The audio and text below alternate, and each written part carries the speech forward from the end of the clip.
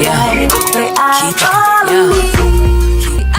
gotta let you know that I want what I want whenever I need, baby. And you ain't got to worry about my clothes.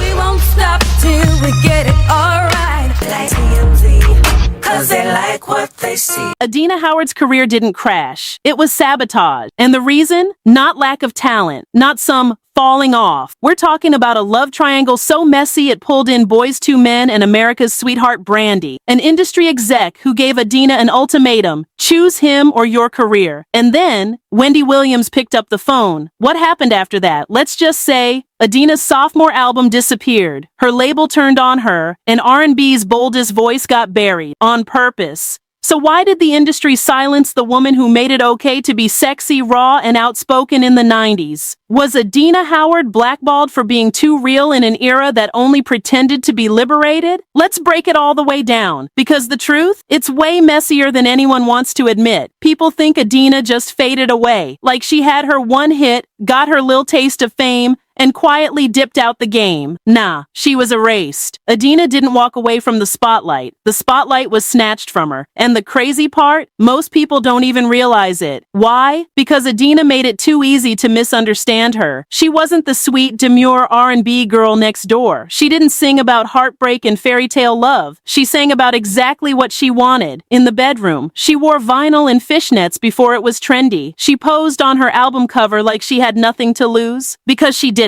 She was bold, loud, and sexy on her terms. And let's be real, in the 90s, that made people uncomfortable. But here's where the narrative gets twisted. Adina didn't get pushed out because she wasn't marketable. She got pushed out because she wouldn't play the good girl game the industry wanted from black female artists. They wanted Brandy. She gave them Lil' Kim energy before Lil' Kim even dropped. And the second she stopped smiling and started speaking up, the machine turned on her. But that was just the beginning, because the real drama, it was about to get personal. Before the headlines, before the high heels and heartbreak, Adina Howard was just a girl from Grand Rapids, Michigan, trying to survive chaos at home. The oldest of 4 girls, she watched her father spiral into addiction and bounce to California with another woman. Her mother packed up the kids and left him without looking back. They landed in Arizona, and for a minute it looked like life might finally calm down, until one day in gym class changed everything. Adina spotted a classmate who reminded her of a Top Gun character. She didn't even speak to him, just looked. He turned around and spat on her. Yeah, that happened. Her mom complained to the school, but they basically shrugged. Nothing we can do. So the family dipped again, left the school, left the state. But Adina never forgot that moment. She later said it taught her one thing: your bark has to be loud. And baby, when she entered the music industry, she barked real loud. But the louder she got, the more powerful people decided she needed to be silenced. She gave the 90s its first real taste of female sexual freedom in R&B. Before Megan was a stallion, before Cardi was even born, Adina Howard was out here singing about being a freak like me. And she wasn't whispering it. She was screaming it with her chest. In 1995, her debut album, Do You Wanna Ride, dropped like a bomb. The cover? Her bent over the hood of a car in black vinyl and fishnets, like she just walked off the set of a rated R music video. But it was the lyrics that really had folks clutching their pearls. She wasn't begging for love, she was demanding pleasure, and America didn't know what to do with that. Freak Like Me soared to #1, 2 on the Billboard Hot 100. She was everywhere. Radio, TV, clubs. She was the girl your boyfriend couldn't stop staring at, and your church auntie pretended not to know. But the fame?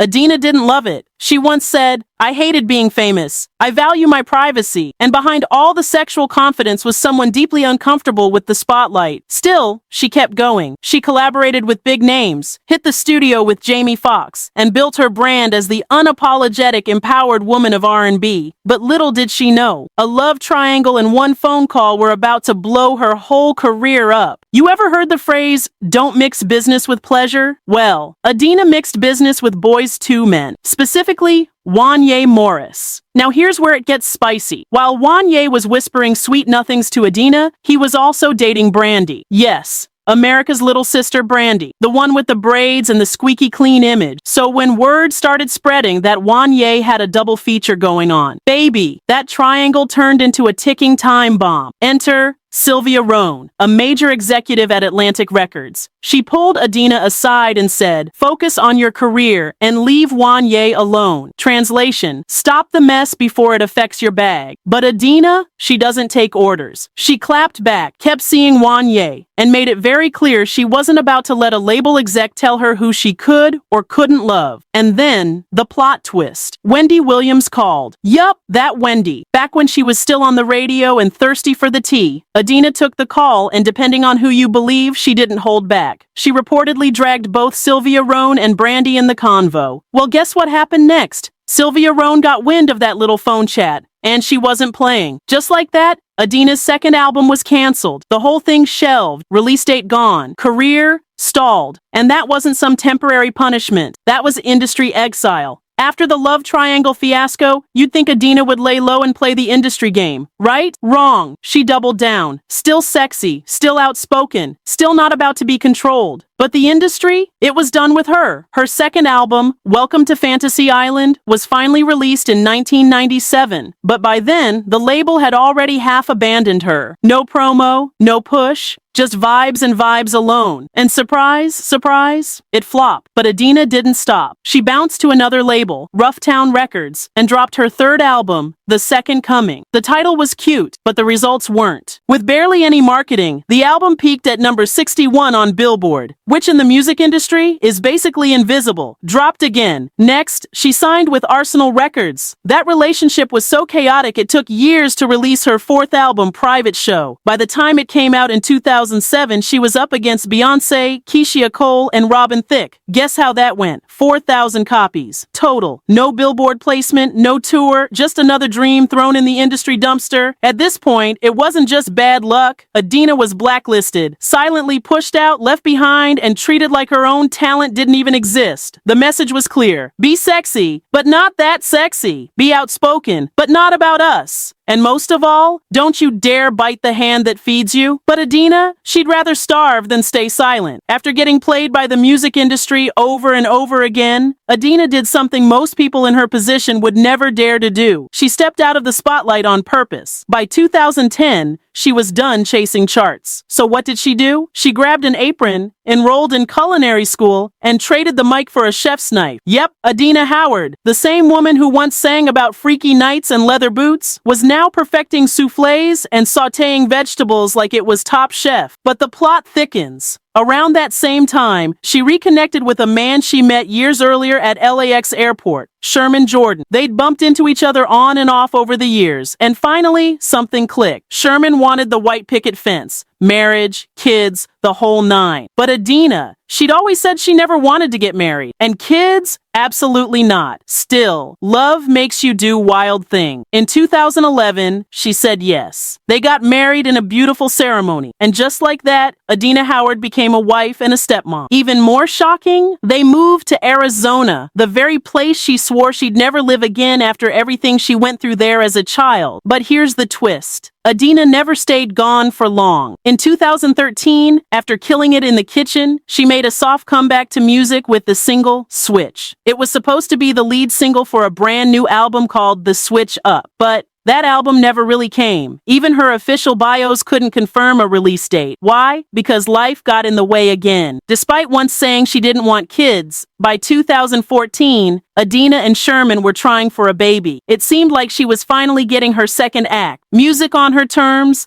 love, family, a new passion in food. But as usual, peace didn't last long. Just when it looked like Adina Howard was finally finding her balance, music on her terms, a husband, a stepdaughter, a whole new career, everything flipped again. By 2017, her marriage to Sherman was over. Now they didn't go full throwing dishes toxic, but the divorce still hit hard. The wild part? Even after the split, they kept living under the same roof. Sherman even popped up in her unsung episode, calling her his wingman. So yeah, technically divorced, but still roommates, still friends, still tied together in some kind of strange post-love partnership. But the emotional hit wasn't even the worst of it. Financially, Adina was struggling. And get this, despite the fact that Freak Like Me is still playing in clubs, throwback playlists, and R&B cookouts around the world, she never got paid. Not a single royalty check from her biggest hits. She told the TD Torres show flat out, I'm not making any money off of my old music. Why? Because she signed shady contracts back in the day, like so many young, hungry artists did, without the right lawyers, the right guidance, or the power to push back. So while other artists were living off their catalogs, Adina was working kitchen shifts and scraping to keep the dream alive. She later admitted that she wishes she had stayed humble, played the game a little smarter, but at the same time she made it clear it wasn't all on her. She said the music industry is full of wolves and snakes,